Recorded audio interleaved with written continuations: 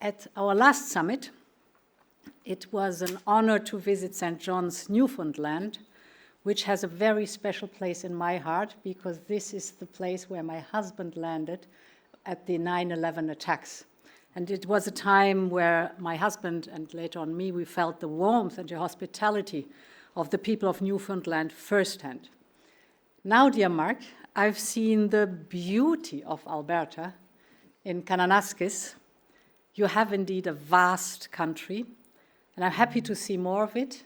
Same goes for you, Antonio. So we'll be back, and we're very curious to see where you will lead us to, perhaps to the Arctic, which is so important to both of us, and where we have been so clear about the EU support to our Greenlandic partners. Dear Mark, you took the helm of the G7 presidency in challenging times, and you delivered. You brought countries together at a moment when unity is more vital than ever. You helped bring focus to pressing issues, encouraged frank exchange, and you said at this moment, we have to turn the many challenges into change.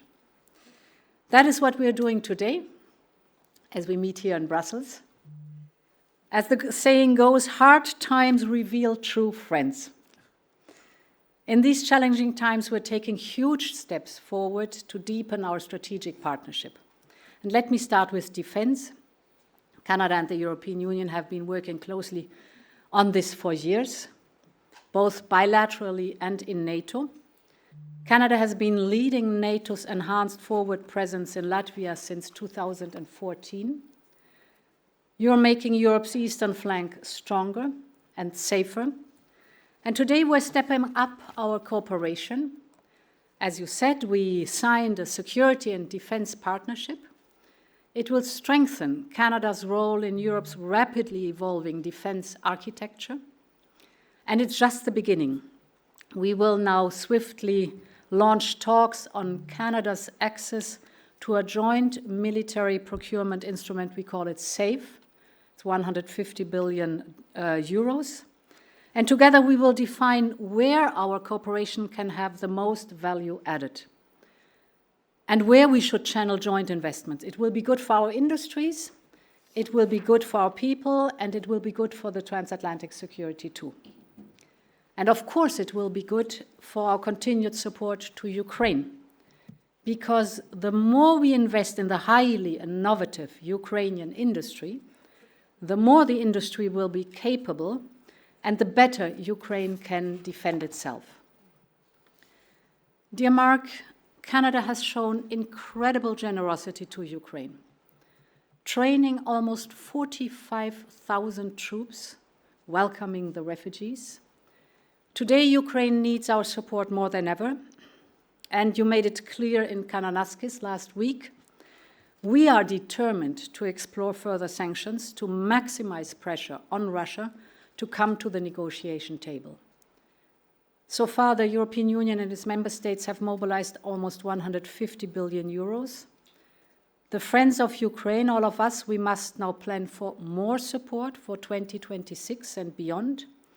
And of course, our focus is turned to the Ukrainian Recovery Conference in Rome in July.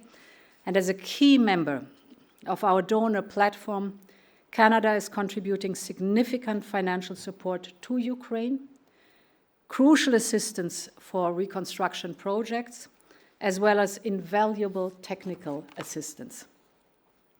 In Kananaskis, we also discussed the importance of open, stable, and free trade among partners. It's a powerful foundation of our prosperity. CETA is our shared success story that illustrates this perfectly. And indeed, Antonio, you mentioned the 17% increase in trade since 2017 in numbers. It is, in 2023 alone, total trade reached an impressive 123 billion euros. And thanks to CETA, the EU's GDP grew by 3.2 billion, while Canada sees a 1.3 billion euro boost each year. So CETA stands as a strong symbol of the power of free and fair trade. I must say 98% of our tariffs line are zero, I repeated, 0. We know that the ratification process is still ongoing, but we are committed to get this done. That brings me to our economic security. Critical raw materials are at the heart of this effort. Canada is uniquely positioned with your unique resources. 90% of your mineral output is exported. That is music in our ears. And the European Union is, of course, proud to be the second largest customer. We want to deepen our cooperation with Canada by reinforcing our strategic partnership on raw materials, but our ambition goes far beyond that. That's why I'm pleased that we've agreed to launch the EU-Canada Industrial Policy Dialogue.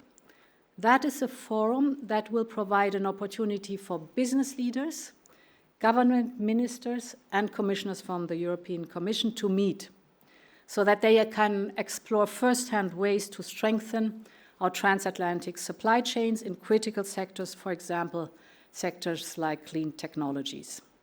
Finally, a word on tech and innovation.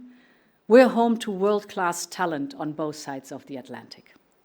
They are already working via Horizon Europe, the world's largest innovation program, but we can and we must do more to stay ahead in the global tech race, especially in digital. Building on CETA's success, I'm pleased that we've now agreed to launch work towards a digital trade agreement. On top of this, I think we should deepen our research cooperation in strategic technologies like quantum. Let's connect our supercomputers. We also want to explore Canada's participation in our AI Factory initiative. And just as in defense, we should align our standards. That means working towards mutual recognition of certifications for AI products, cybersecurity, and beyond. Later this year, we will hold the first EU-Canada Digital Partnership Council.